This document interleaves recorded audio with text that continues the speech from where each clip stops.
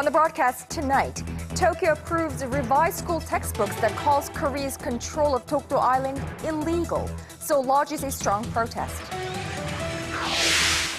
South Korea successfully test fires a new 500-kilometer range ballistic missile capable of striking all parts of North Korea.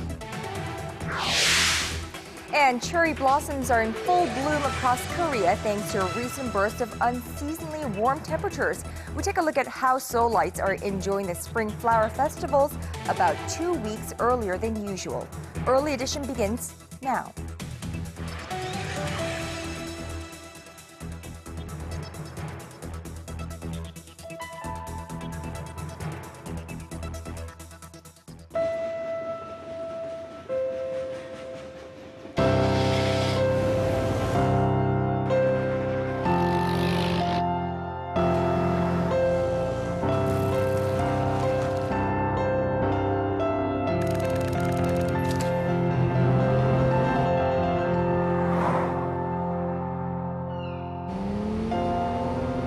당신의 유럽은 어디였나요?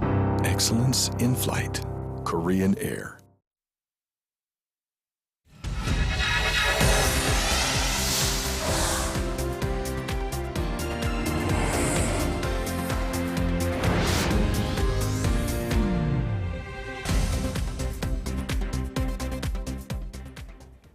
It is 5 a.m. in Washington, 5 p.m. in Beijing, and 6 on a Friday evening here in Seoul. Welcome to Early Edition at 6. I'm Conn-young. And I'm Daniel Choy. Thank you for joining us. Now, we begin this Friday evening with news that will likely put another dent in Korea-Japan relations. Japan has unveiled new elementary school textbooks which bolster Tokyo's claims over Korea's Dokdo Island. Seoul's foreign ministry immediately summoned the Japanese ambassador to Korea to lodge strong protest. Here's our foreign affairs correspondent Hwang Sung-hee with more. 8 out of 12 textbooks that will be used in Japanese elementary schools starting next spring will falsely state that Korea's Dokdo Island is part of Japan. Of the 8 textbooks approved by the Japanese Education Ministry Friday, 6 say Korea is illegally occupying Dokdo, known as Takeshima in Japanese, while 2 carry maps that mark the island as Japanese territory. Dokdo, which is physically closer to Korea in the body of water that divides the Korean peninsula and Japan, has long been a thorn in bilateral relations. In protest of the textbooks, which make much stronger claims over Dokdo than before, Seoul's foreign ministry summoned the Japanese ambassador to South Korea and warned of further strained ties. The South Korean government warns that if the Japanese government continues to make unjustified claims on Dokdo through its textbook revisions, it will only further distance the two countries. On the same day, Japan released its annual diplomatic blue paper, which carries Tokyo's stance on the victims of its wartime sexual enslavement of women. In it, Tokyo says all wartime compensation issues between Japan and South Korea were settled under a 1965 bilateral treaty that normalized diplomatic ties between the two countries. It claims that even though the so-called comfort women were compensated by a government-linked Asian Women's Fund and received apologies from previous prime ministers, Korea continues to demand additional measures from Japan. It says Japan believes the issue should not be turned into a diplomatic feud and that it's putting every effort into resolving the issue. Around 200,000 women, mostly Korean, were forced to serve the Japanese military during the Second World War, and many are still waiting for a heartfelt apology from Japan. While Seoul and Tokyo were expected to hold working-level talks on the so-called comfort women issue this month, the chances of such a meeting taking place at this time appear slim. Hwang Sung-hee, Arirang News. Now, contrary to earlier reports, U.S. President Barack Obama's upcoming state visit to Japan will likely be for 2 days, not 3. That's according to Japanese Foreign Minister Fumio Kishida, who on Friday said the U.S. president is expected to arrive in Japan on April 24th. Reports emerged earlier this week that Obama was considering a 3-day stay in Japan starting the 23rd, after Tokyo said 2 days would be too short to mark the significance of his state visit. However, it seems that this will not be happening after his stay in Tokyo. The U.S. leader is expected to travel to Korea for 2 days. Obama's latest Asia tour comes at a time of strained Seoul-Tokyo ties after Japan's repeated denials of its imperialistic aggressions. Now, Japan today approved textbooks that step up its claims over Korea-controlled Dokdo Island, triggering a protest by the South Korean government. In fact, in the textbook approved today, it states that Korea is illegally occupying the island. What does Japan have in mind, and how will this affect Korea-Japan relations? And to provide us with some very important perspective, we are joined by Dr. Bong-young Sik, Senior Researcher at the Asan Institute for Policy Studies. Dr. Bong, welcome to the program. Good evening. Pleased to be here. Well, first of all, it looks like we were taking one step forward with a, I would say, semi-casual summit between Korea and Japan. And now we're taking 2 or 3 steps back with what's going on with Japan, with their claims or territorial claims or wrongful historic claims with the recent issue. Right. This is a very unfortunate event, but I don't think it will push the Korea-Japan relations back to square one. I rather remain rather positive about the outlook of the Korea-Japan relationship, because although it's a very regrettable decision by the Japanese government to have such a description of the Dokdo Island and the comfort women, because according to our public opinion survey in recent period, 3 out of every 4 South Koreans believe that Japan's position on the Dokdo sovereignty and the textbook issues are 2 biggest stumbling blocks for Korea-Japan partnership to improve. So this is another dent to the partnership. But the reason why I think that this event is unlikely to further deteriorate the current situation is first, ROK-Japan relations are already moving in a rather positive direction. As you mentioned, that there was a tripartite summit meetings in Hague, Netherlands, just a couple of weeks ago. So momentum has been created. And both countries are waiting to host US President Obama's Asian tour. So no country can afford spoiling that upcoming event. And Japan's moves were rather anticipated by the Park Geun-hye government.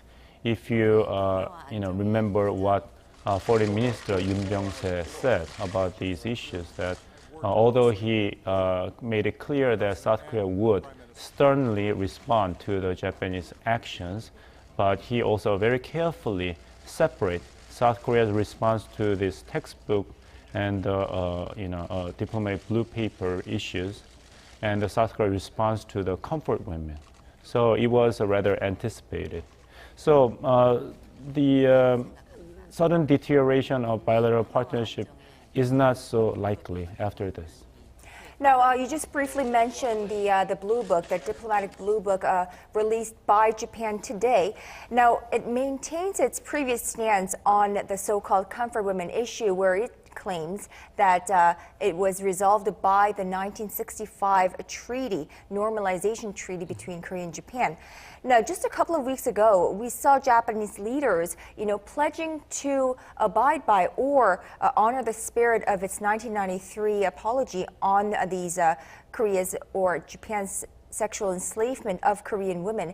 Could these contradictory moves by Japanese leaders be seen as lacking sincerity with the international community?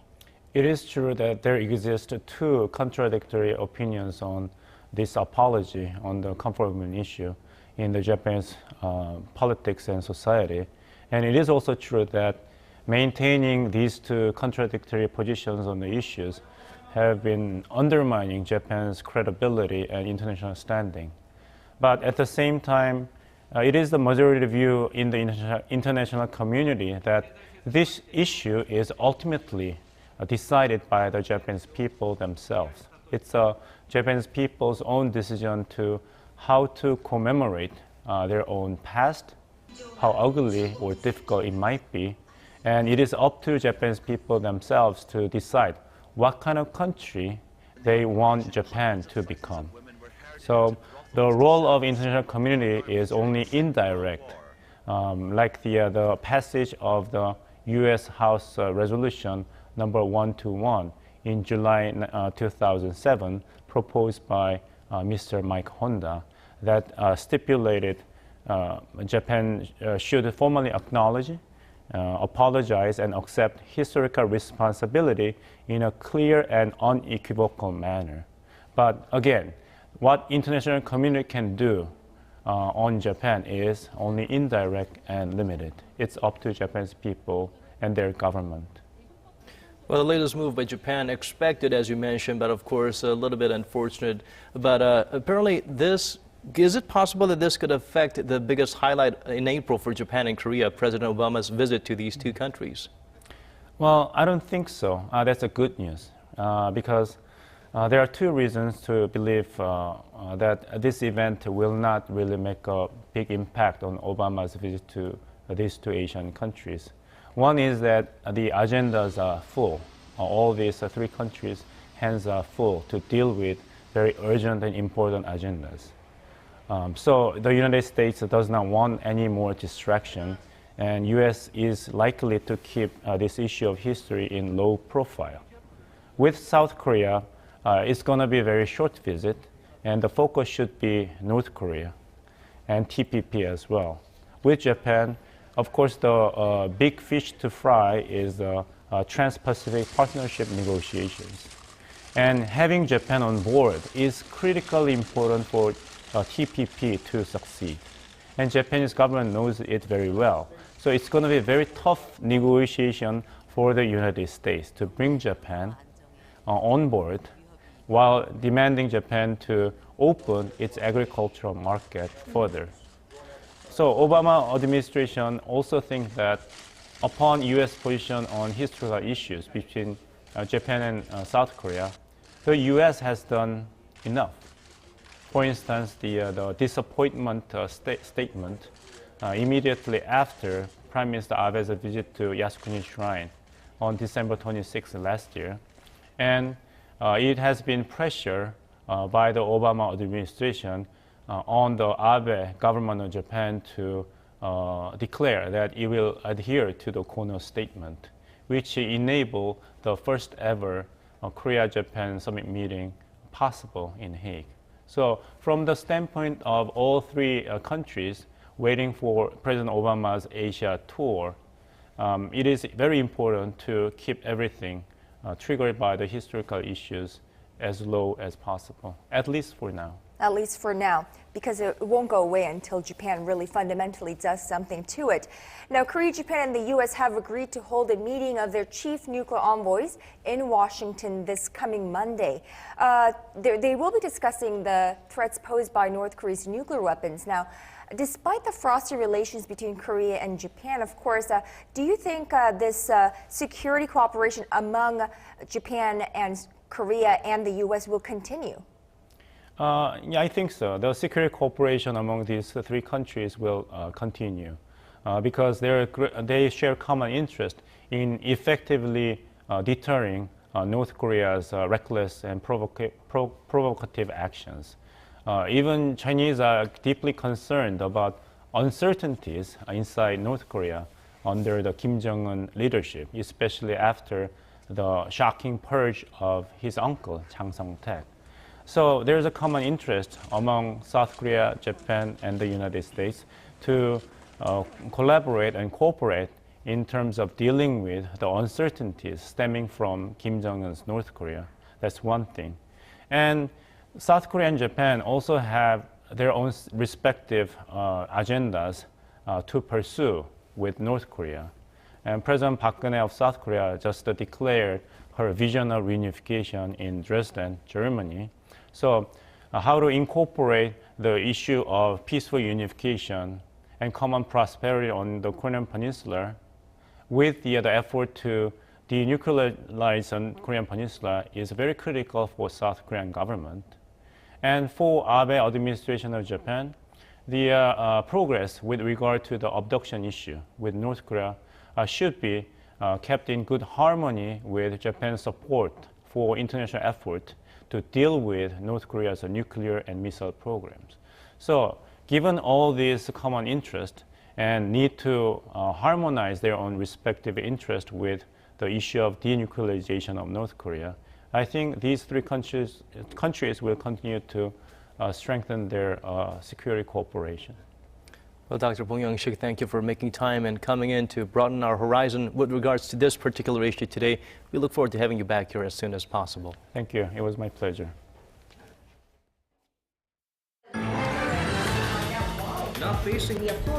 We're all destroyed. Digging deeper, getting to the bottom of stories that impact your life. Talking with you on air and online. Connecting you with experts on the world's most pressing issues.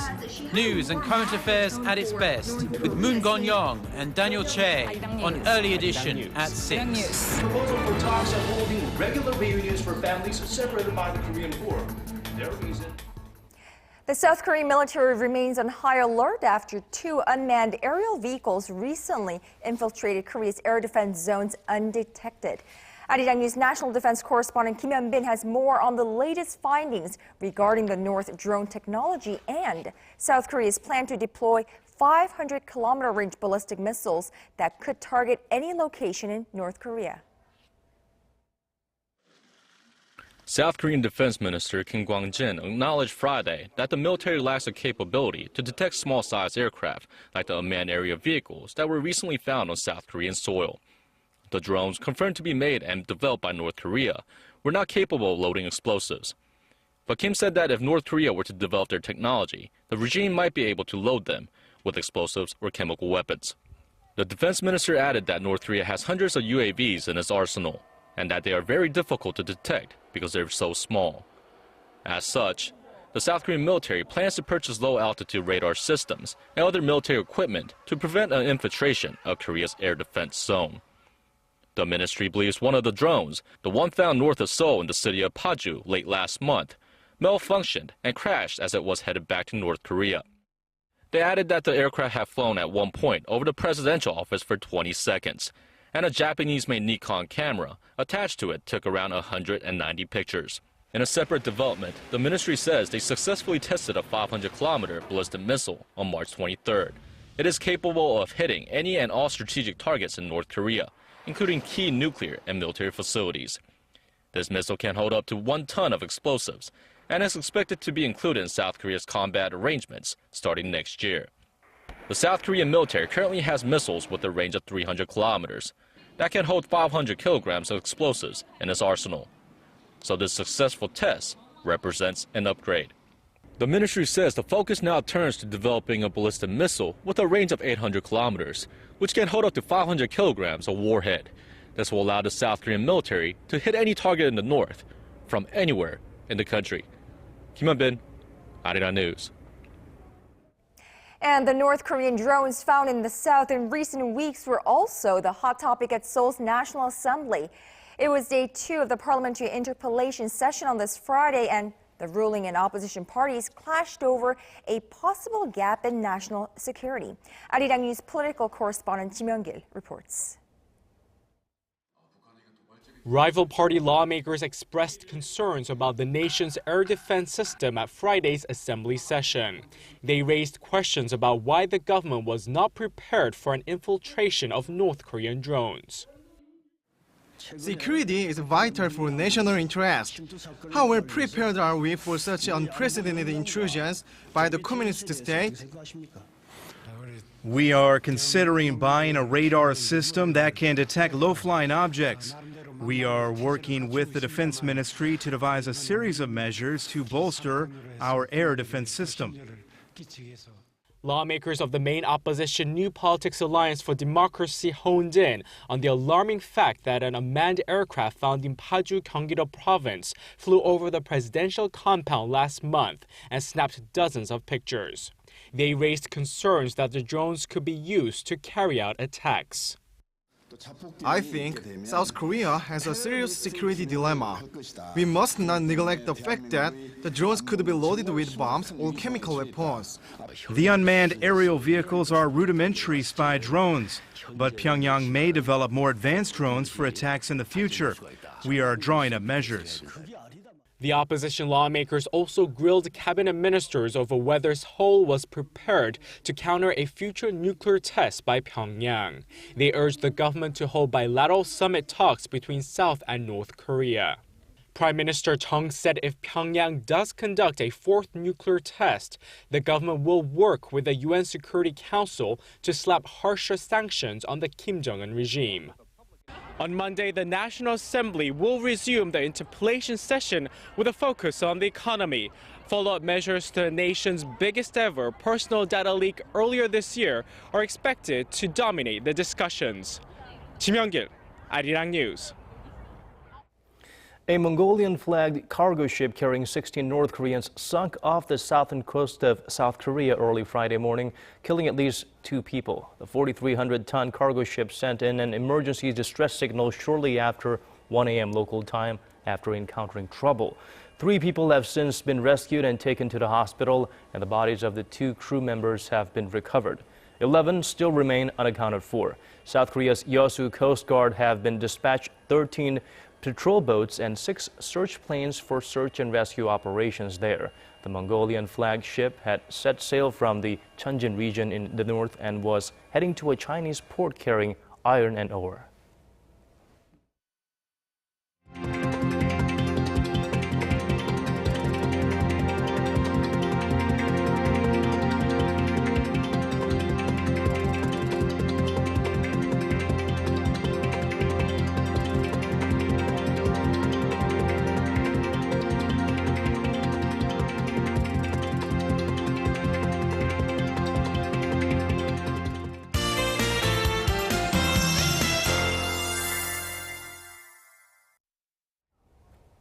Well, spring has just arrived in Korea, but weather forecasters here are already looking ahead to next winter.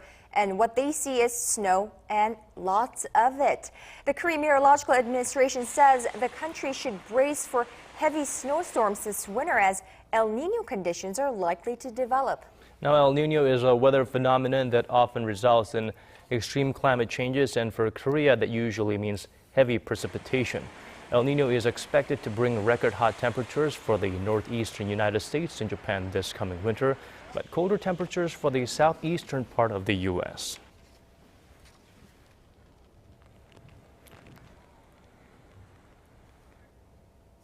All right, well, here now is a look at the weather conditions. In fact, that is not available for us right now. And on that note, we would have to leave you on this Friday evening. But before that, we take a quick look at the world weather conditions around the world. For us here in Korea, we have some absolutely gorgeous cherry blossoms, which bloomed a lot earlier than anticipated. And a lot of people are heading outdoors, although it is a lot colder today and the wind is strong enough to fly kites. And now let's take a quick look at the weather conditions in your neck of the woods and around the world.